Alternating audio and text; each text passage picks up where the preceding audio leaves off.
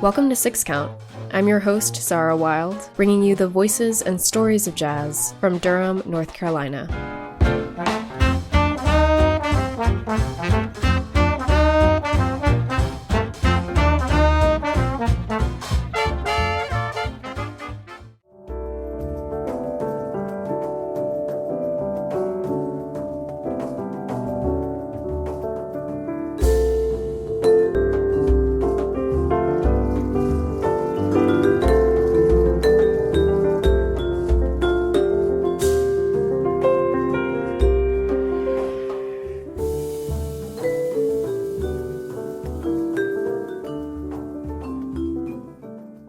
Christian, thank you so much for coming to Durham this morning for this interview. Of course, it's great to be here. And we've just finished the first month of 2023, and quite a busy one for you. You're serving as the producer and musical director for the Legacy of Jazz series. So I wanted to start with just asking about what's slated for that series and how you got involved and how people can learn more about it. Sure. So, a lot of the work that I do requires a lot of travel. And there are some wonderful, wonderful musicians that are based in Durham and Raleigh in this area. And so I find myself only playing with them when we get on an airplane, travel for a day, do a show, and then travel for a day. We call them a one-off. And, I have family and I want to be home. I love the idea of being able to work with these musicians here. But whenever you get kind of lumped into doing the local gigs, there is a challenge with that from a budget standpoint, how the music is presented. Is it presented in a venue where it's truly can thrive, be the best that it can be? And, as an artist, you make a decision. Do I want to play a restaurant gig or do I want to play a casual where I'm competing to be heard over people talking and having dinner?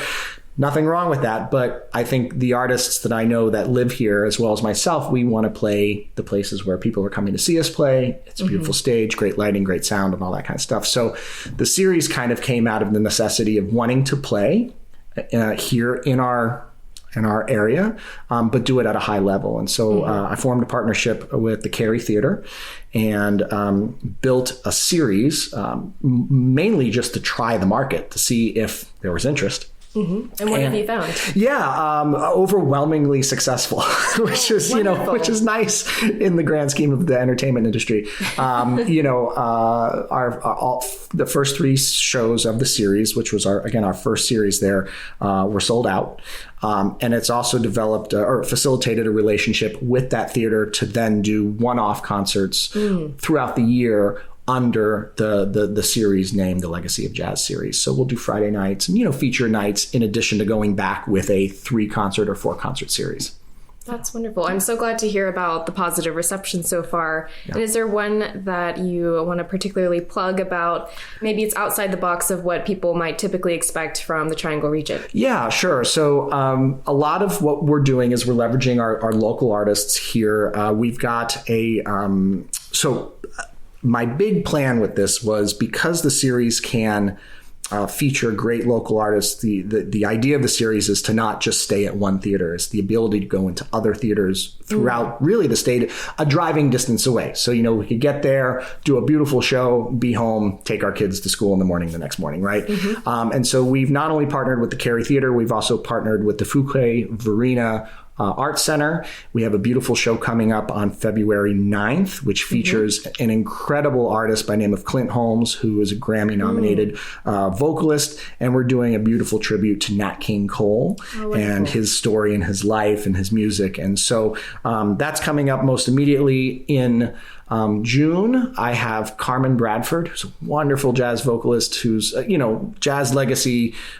She is the vocalist with the Count Basie Orchestra, and we're doing a tribute to Cole Porter. And so that will be at the Carey Theater in June. And then again, coming up towards the end of the year, we'll get the series back going and hopefully at more theaters around the state. Specifically here in North Carolina, a lot of the artists that I work with do kind of live in the jazz space.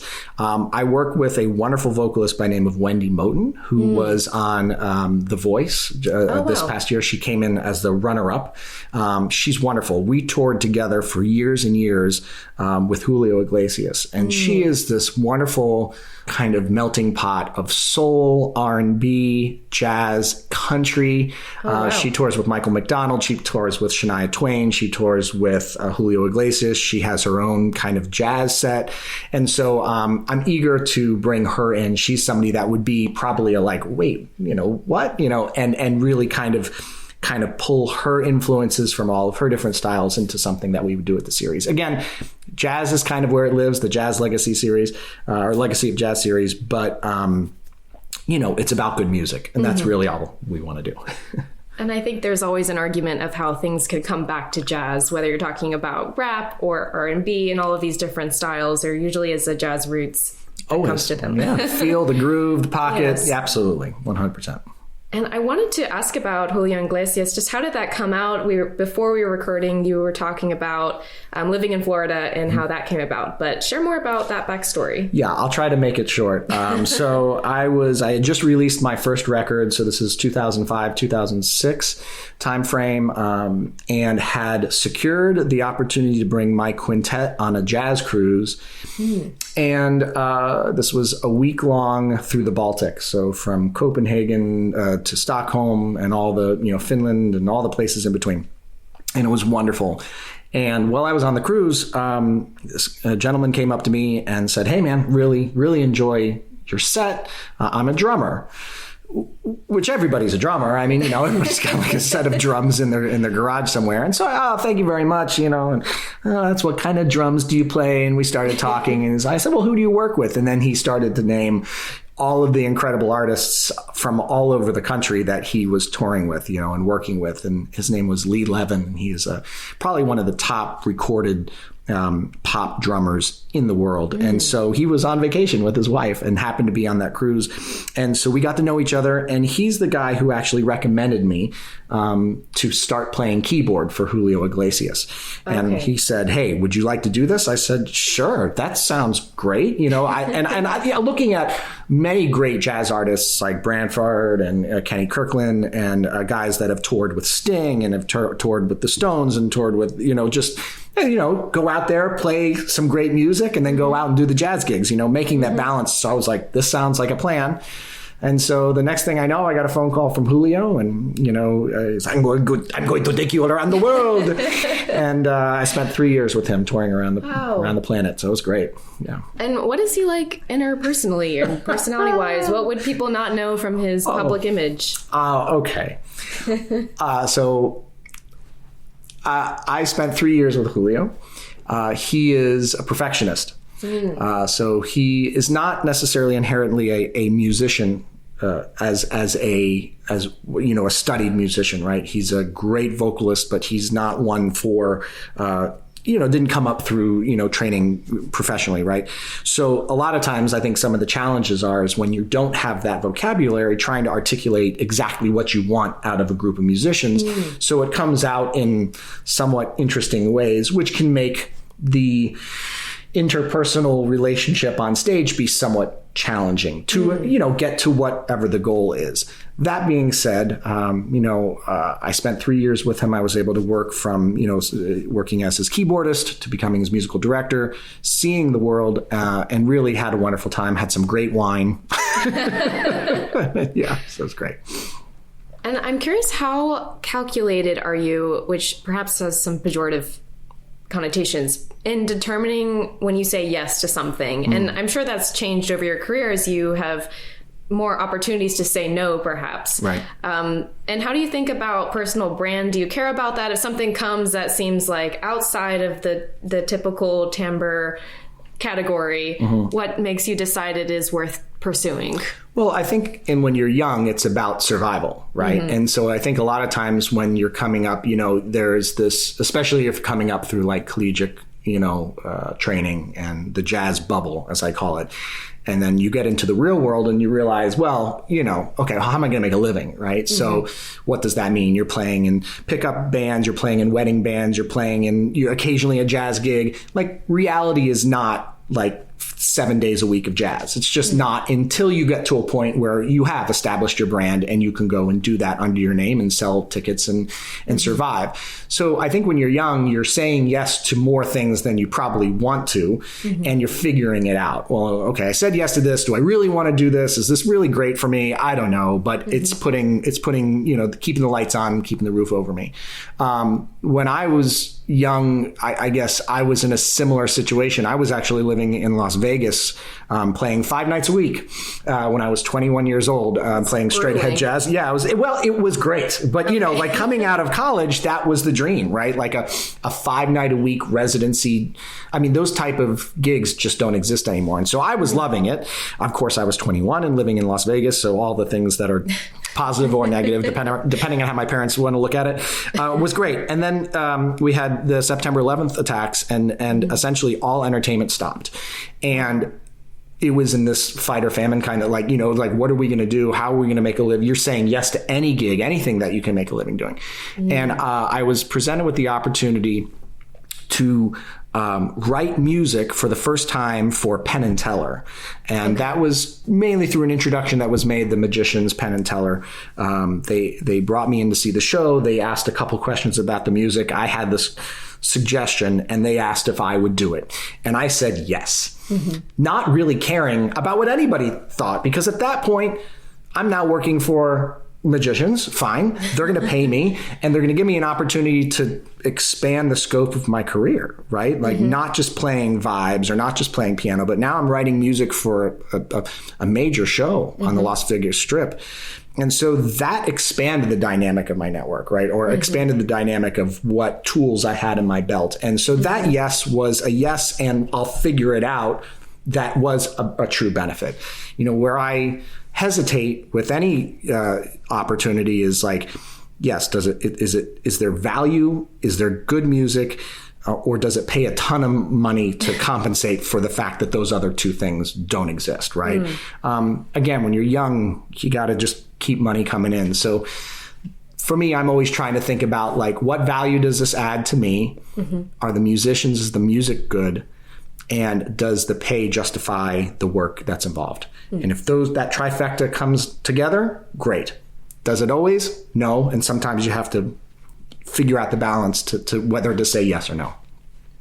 That's really valuable. And what else would you want to say to a younger version of yourself as you were trying to survive and doing the 5 nights a week life? I think I would have been more, be willing to take the chance on yourself. I think I was always a special guest, right? Like being a vibraphonist, first of all, nobody needs a vibraphonist.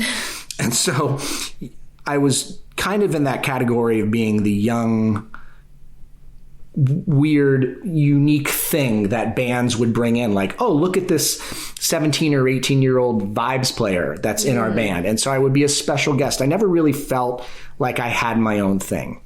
And it wasn't until I was in my mid-20s that I, eventually recorded my own record and started to feel more confident about my own musical compositions and my own approach to the music. But I think if I could go back and tell myself, be more confident in yourself, believe that what you have to say is truly valuable, and you don't have to just be somebody's special guest. You can go out and do this on your own.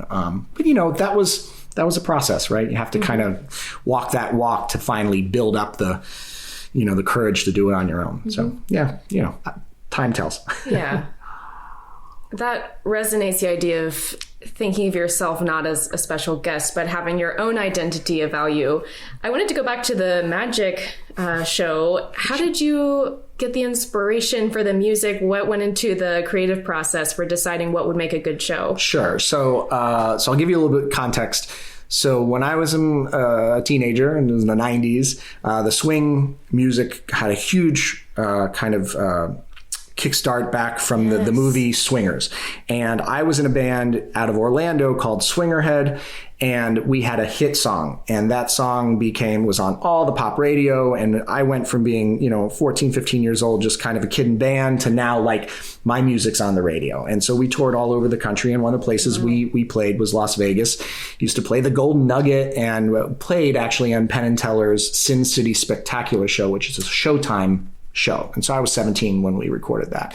Wow. And so fast forward to I'm 21, I'm living in Las Vegas. I still kept in touch with Penn and Teller, and they would come and see the shows. Penn at the time was learning to play upright bass. He loves jazz upright bass. He's a bass player. And he invited me to come see the show.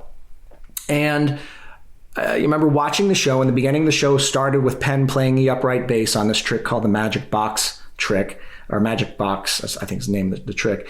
And at the very end of it, Teller would appear behind a spin-it piano, a little kind of upright, junky piano, and play this cadenza as the ta-da moment. And so went through the rest of the show, went to backstage, the green room, and Penn asked, "Well, what do you think?" I think it's great. It show's amazing, right? And he said, "What do you think of the part, the part with the upright bass?" I said, "I think it's really good." I said, "It's kind of odd that Teller is seated for his ta-da moment. It would be kind of interesting if he was standing, like, I don't know, at a vibraphone."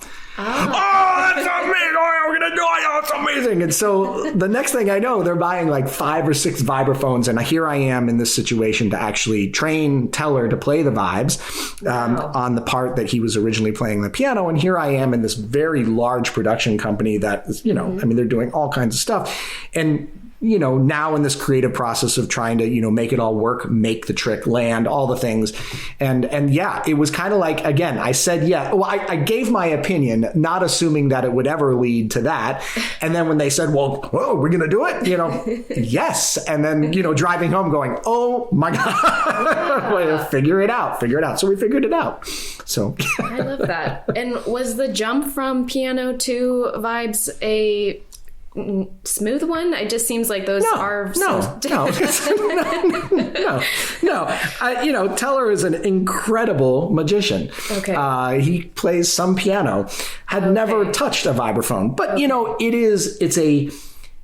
when you think about magic and you think about even dance, like a lot of magic is has a lot of parallels, but timing is so key. And so there's very specific beats that they have to kind of align to get the things to happen in the sequence of a trick to misdirect you so that they can do what they need to do to make the magic happen. Mm-hmm. So it's a very calculated approach, a very almost mechanical approach that was kind of he exhibited, and we got it done. And so, yeah, that trick was in the show for years and years and years. And so, yeah, that's so cool. We made it work. And I also have to look up the single, and I just feel so nostalgic, even though I wasn't a teenager at the same time, for when you could play the radio and just hear historic jazz music, which of course wasn't historic then. They were making history, right. But I'm envious of that time. Yeah, it was pretty wild. I mean, it was so bizarre because we were listening to, I don't know, whatever you listened to in 1995. I don't know.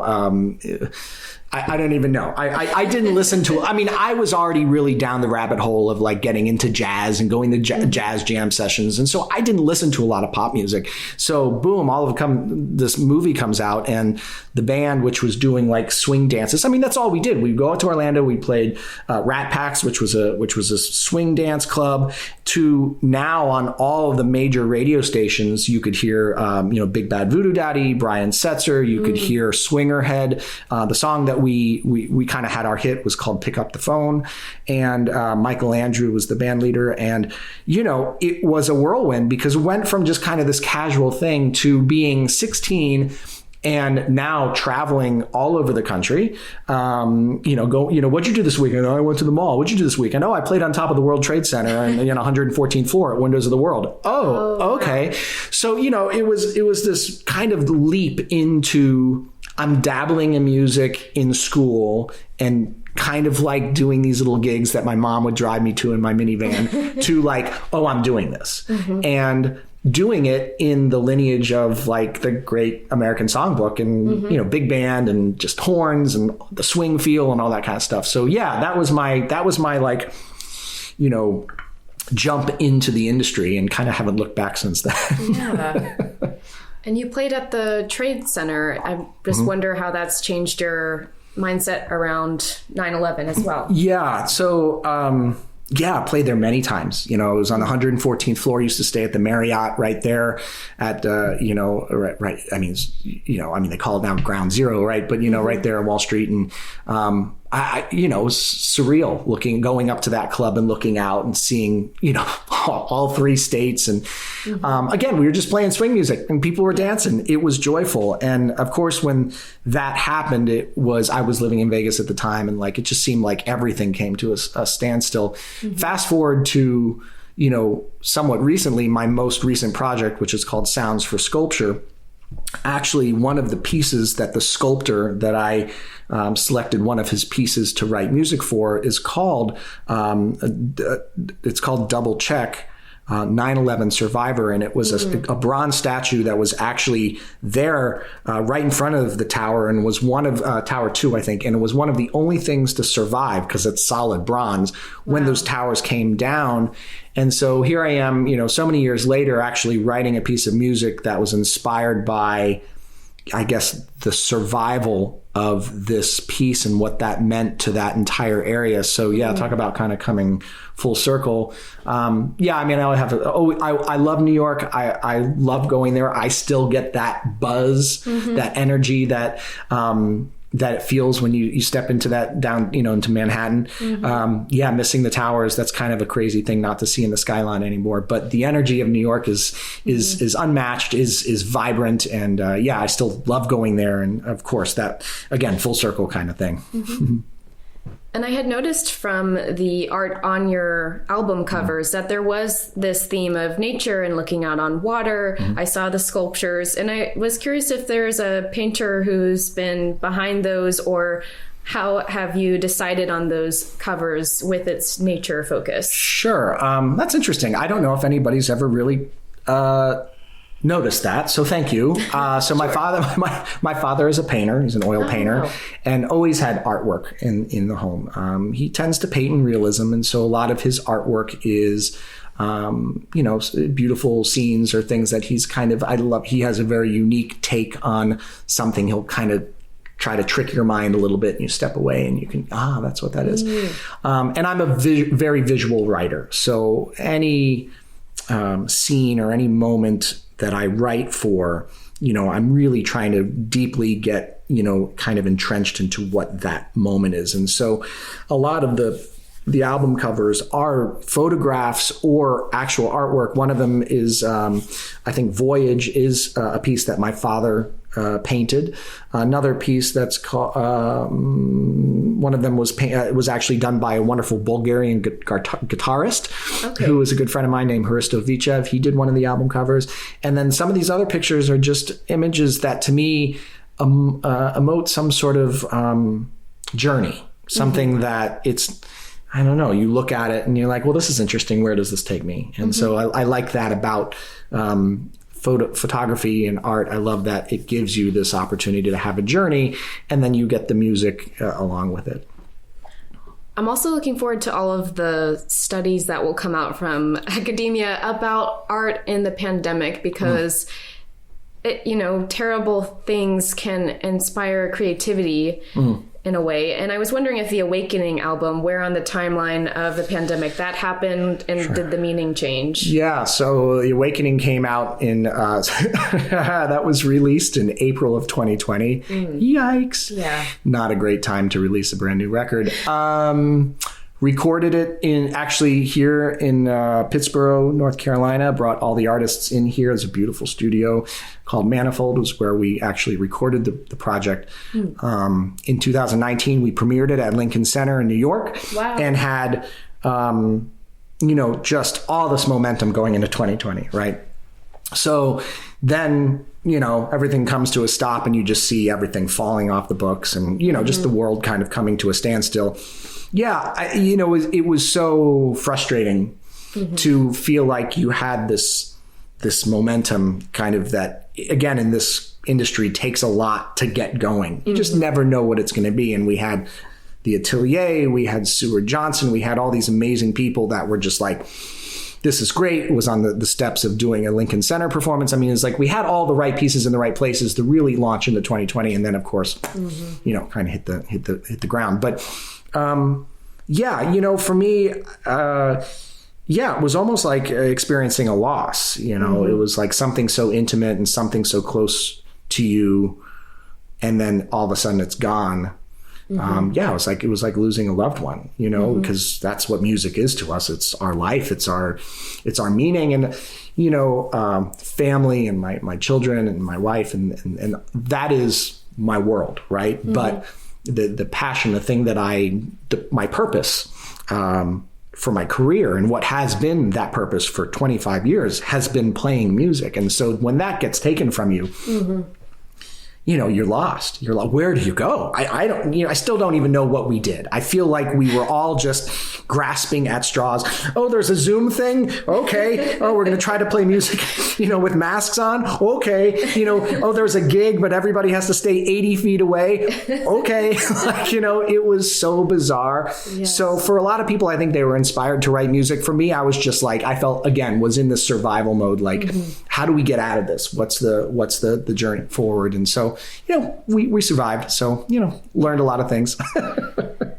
And was it during the pandemic that you became CEO of Sonic Leadership? I'd want to hear more about that as well, where I understand you incorporate music into corporate meetings, such as to increase inspiration. Yes. So I developed that in 2011. And that business has always been kind of running concurrently with my touring professional music job, mainly as just a great opportunity to take what we know as artists, right?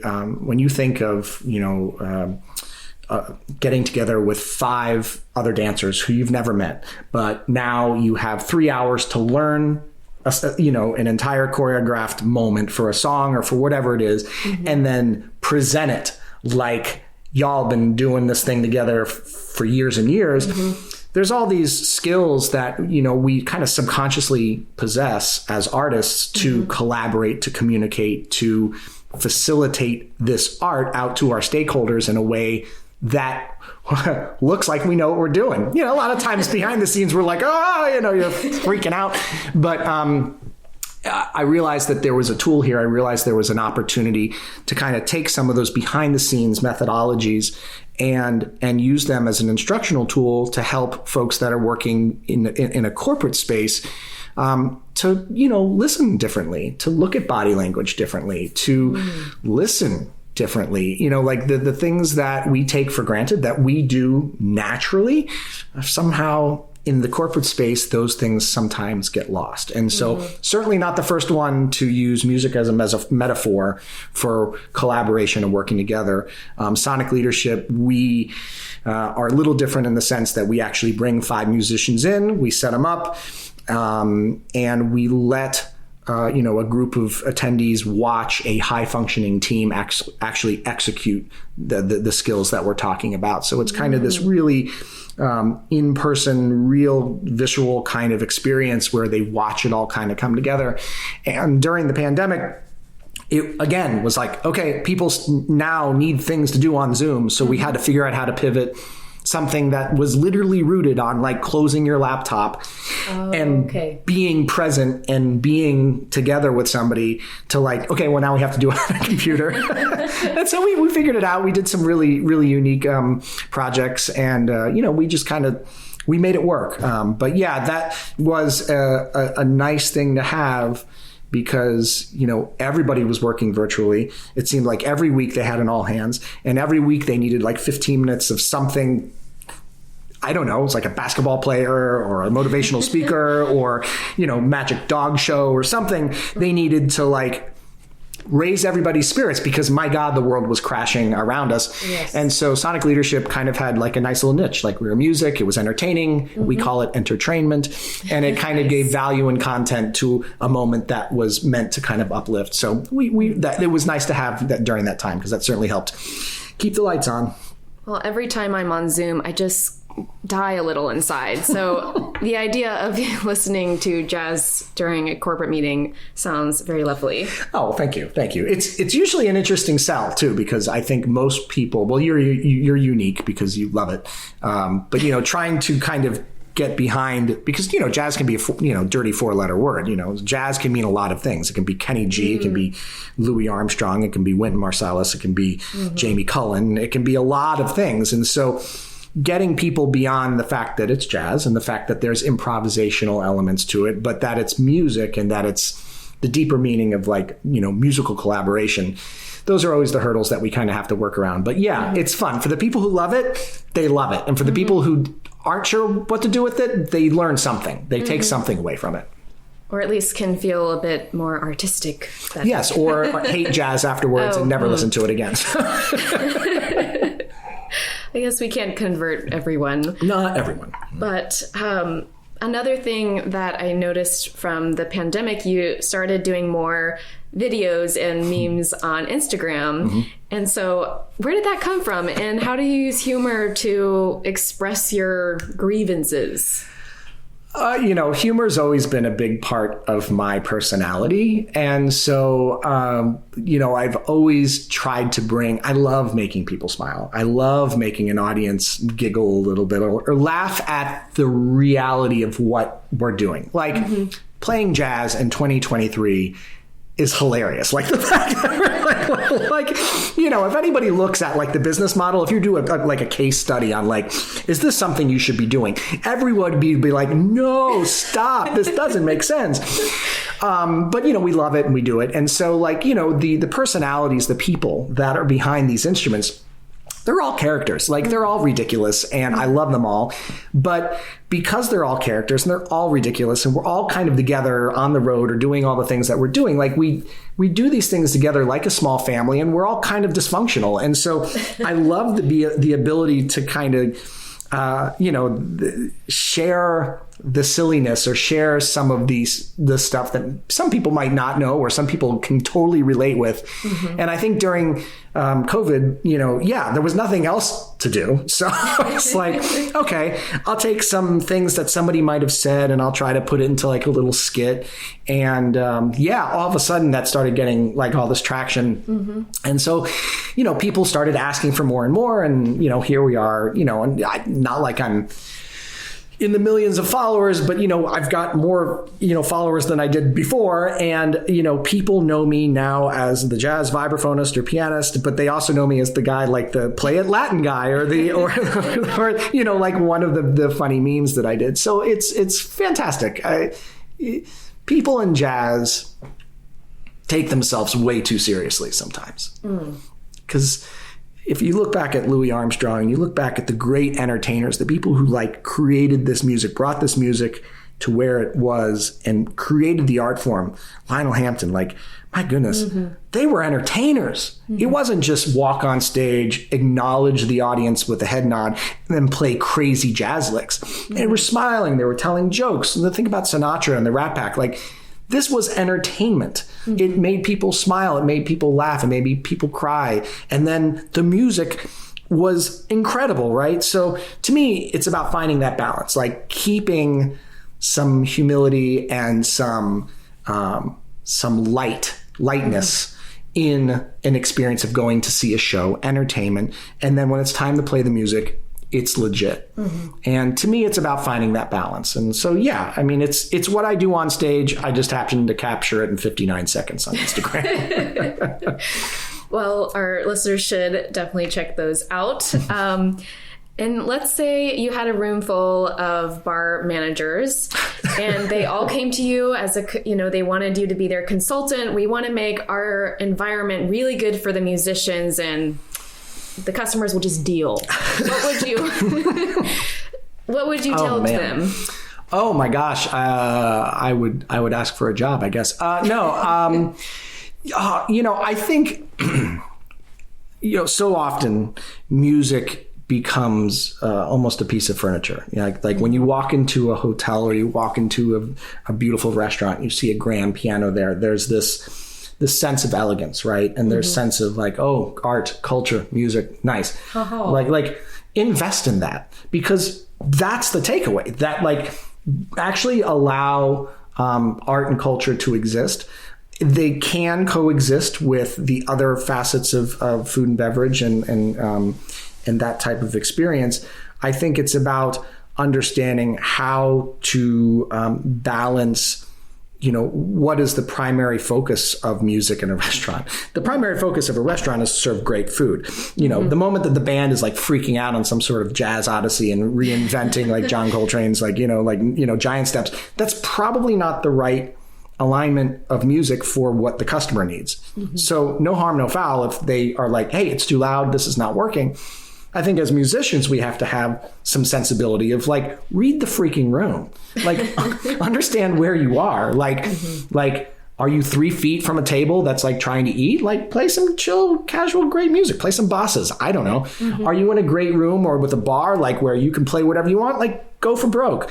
But I think both parties, both sides have to acknowledge each other and be willing to have a good level of communication about what's actually needed for the space.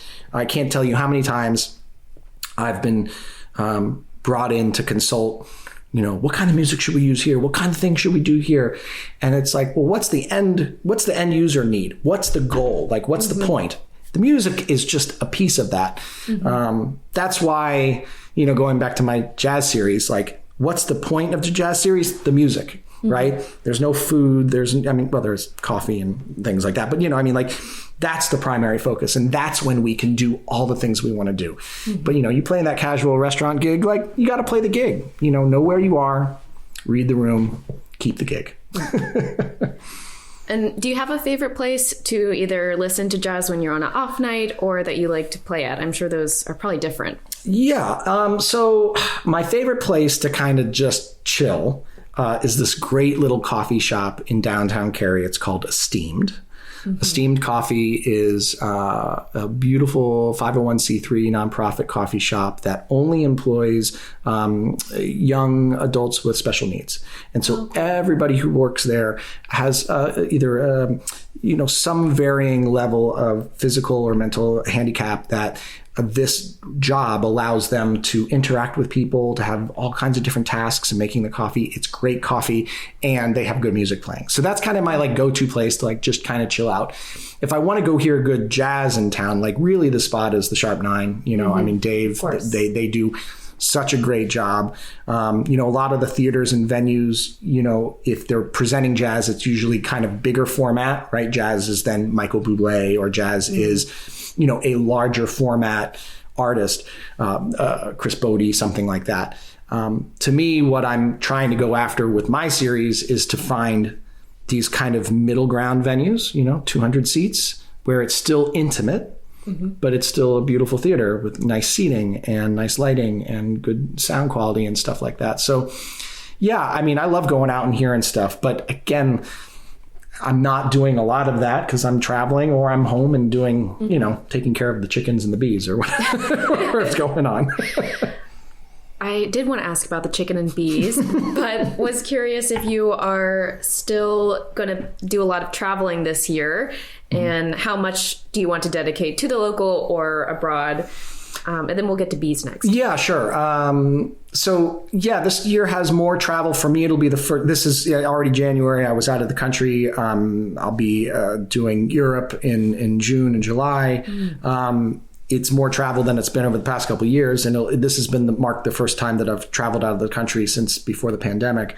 To me, it's still a balance. Like the stuff that I'm working on right now with my own projects. I have a really fun project called Triad, which is myself on marimba and vibraphone, Silk Road, Yo-Yo Ma, accordionist Michael Ward Bergman, and trumpet player Dominic Farinacci. We have a project called Triad. And so that project we're finishing recording at the end of this month. And so that's going to see a lot more of it's just a cool project. It's not traditional by any means, accordion, marimba, and trumpet. Good Lord. But somehow we managed to snag a record deal. So I don't know. Maybe we've been doing it wrong the whole time. But to me, I am more selective about when I travel. And so I think the stuff that I'm doing now are the things I want to say yes to. And you mentioned Sharp 9 Gallery, and you have a show coming up pretty soon with Keith Ganz Quartet. Yes, February 24th. So love Keith. He recorded on my last record. Was a recommendation, and in all fairness, didn't know him personally. And then, you hear him play and you're like, oh my goodness. And so he was a part of the kickoff concert for my series. And then he invited me to play at the Sharp 9. I mean, that's such a great room. Mm-hmm. It's such a great space, great piano. So yeah, that'll be fun. I heard him play at Boxyard RTP with Rebecca Kleinman, who's a flautist who recently moved from the West Coast here. Okay. But he was so wonderful to listen to. Yeah, I mean, he's, when you occasionally you come across people who have ultimate facility on their instrument, and they almost, and he, I don't know if you would agree with this or not, but you can almost tell that they're just so deep into the instrument themselves that the music is just kind of happening, and there's a smile or a smirk that occurs because it's like they've become the instrument. He's truly an artist, man. I mean, he's one of the best. He's one of the best. Well, that's quite a compliment. I'm sure he would have similar words for you. Okay, chickens. Perhaps we end there. Why do you have chickens and bees? Yes, of course. So unbeknownst to me, my wife grew up as a farmer. I don't know. I feel like there was a lot of things that she didn't tell me. But when we moved here after living in Las Vegas, we had a beautiful home up in the mountains, kind of not on the strip. I think everybody who thinks you live in Las Vegas assumes you live at the MGM Grand, but we live up in the mountains. It's beautiful, but a lot of the homes, they're just like, they're right next to each other. And just kind of, I don't know, it's like all up on each other's business. And so when we came here, we were super excited about trying to find land and like some homes that, like, I don't know, you couldn't touch both homes, by standing between them. And so we got a piece of property in Apex and love it. And my wife just kind of started, like, she's like, okay, we're getting bees. I was like, okay, we're getting bees. And so the next thing I know, there's like 5 beehives out in the yard, and she's got the whole suit and the smoke and the whole thing. And my daughter thinks it's hilarious, and I think it's dangerous. But, and then we're like, oh yeah, well, we've got room for a chicken coop because the neighbors had chickens. And so, keeping up with the Joneses, got to have some chickens too. So we now have, I think, 15 or 16 chickens. And so we get eggs every day. So like everybody freaking out about the egg prices, not so much. Yeah. So, so it's been nice. So I think one of the things that we love about this area is just being out in the woods and being in nature and just feeling kind of just connected to the earth and to the ground, and having some of the bees and the chickens just kind of takes that next level. And where is one place that you would love to transport yourself on any given day to just be with your music and practice? Vibes are a bit hard, I imagine, to set up on the beach, but if you could do that.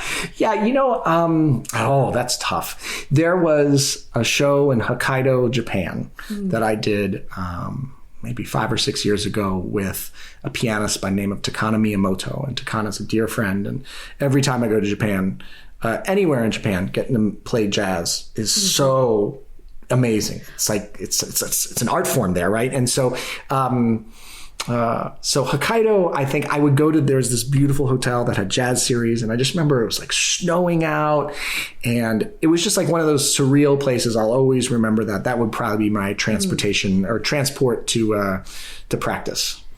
And I'm half Japanese, so I ask this with enough self-consciousness, but what is it with Japan and jazz? I think, oh boy, there's probably scholars that can speak to this and really have like the correct answer. But I think like with any kind of forbidden art form, which, when you think about music during wartime or music from any regime where, it's deemed not allowed, or, there becomes kind of we got to get it. This is the thing, right? I don't know if that was a culmination of what was happening during World War II, or if the fact that that there is just such an appreciation for the arts and music and the musicians who make it. Jazz is,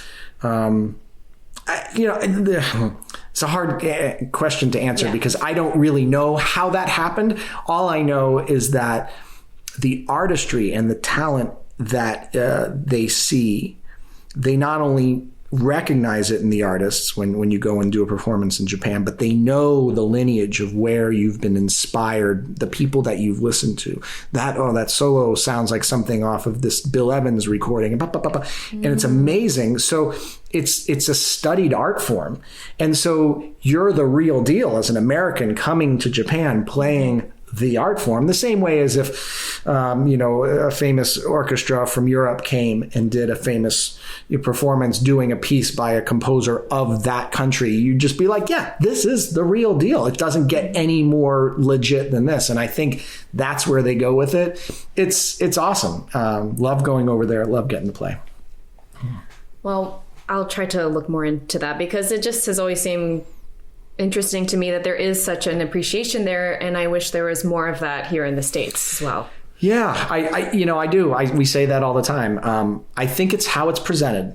I think that's the big task for this generation of jazz musicians. And I don't want to say I'm doing it the right way, but I think that acknowledging the audience, acknowledging a sense of humor, acknowledging a sense of realism in the music and how it's presented. And there's some great young players that are doing that.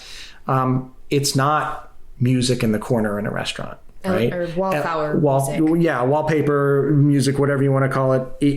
There is a tremendous amount of skill and study that goes into the ability to create something kind of spontaneously that's happening there in improvisational solos. The dexterity and the facility that somebody has to have on their instrument to think something and play it immediately versus study it on a piece of paper and practice to play it that way. There's something really quite magical about that. And so I think it's how it's presented. I think if we continue to present it in kind of high quality ways and kind of move it out of those just background type of environments, you'll start to see it appreciated appropriately. I don't know. I don't know what the answer is there, but yeah, I think the young generation has a lot on their shoulders to keep it moving forward, but I see some great hope. So yeah, fingers crossed. Christian, it's so fun to talk with you. Anything else you'd like to add? No, feel free to follow me on Instagram. It's at Christian Tamburr Productions. You can find out my schedule and performances pretty much around the country, around the world at www.christiantamburr.com. And you can always Google me. And it's just been such a pleasure. Thank you so much for having me.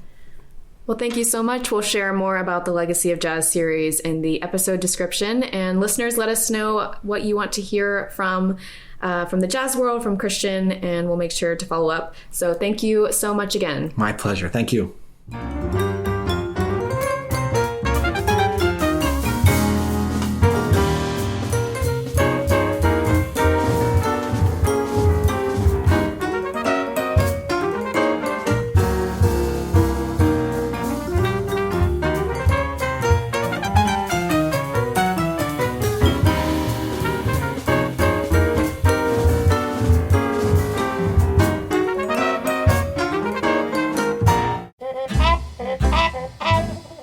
Thank you for listening to 6 Count. I'm Zara Wild.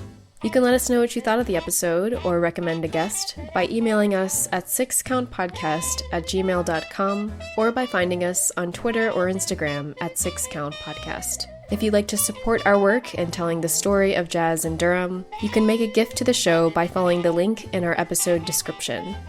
Thanks for listening.